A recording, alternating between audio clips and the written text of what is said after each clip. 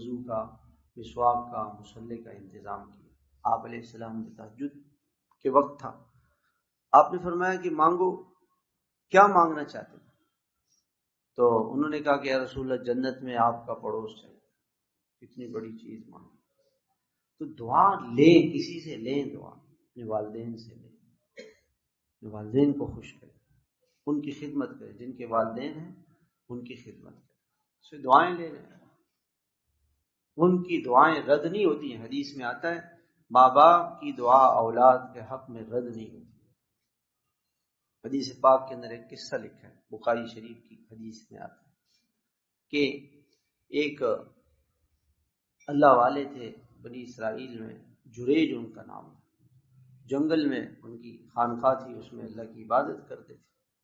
ماں آئی، ماں نے کہا جریج، وہ نماز پڑھ رہے تھے، ان کی شریعت میں اس کی اجازت تھی کہ نماز کے اندر ماں کو جواب دے دے، جی امی، جواب دے دے، اجازت تھی بات کرنے کی، ہماری شریعت میں اجازت نہیں، یا کم سے کم نماز فوراً مختصر کر کے جواب دے دے۔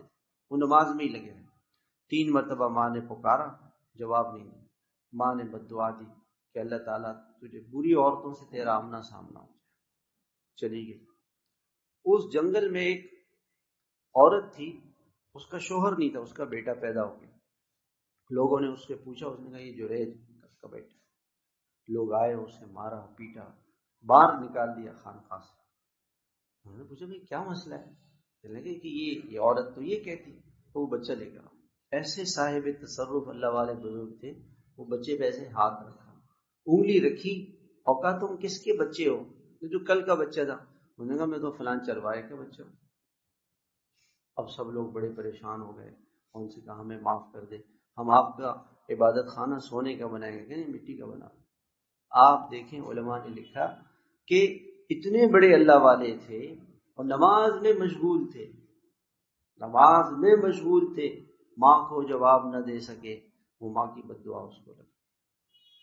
اور فرمایا کہ اگر ماں یہ بد دعا کرتی کہ اللہ تعالیٰ تجھے بے حیائی میں مبتلا کر دے تو مبتلا ہو جائے۔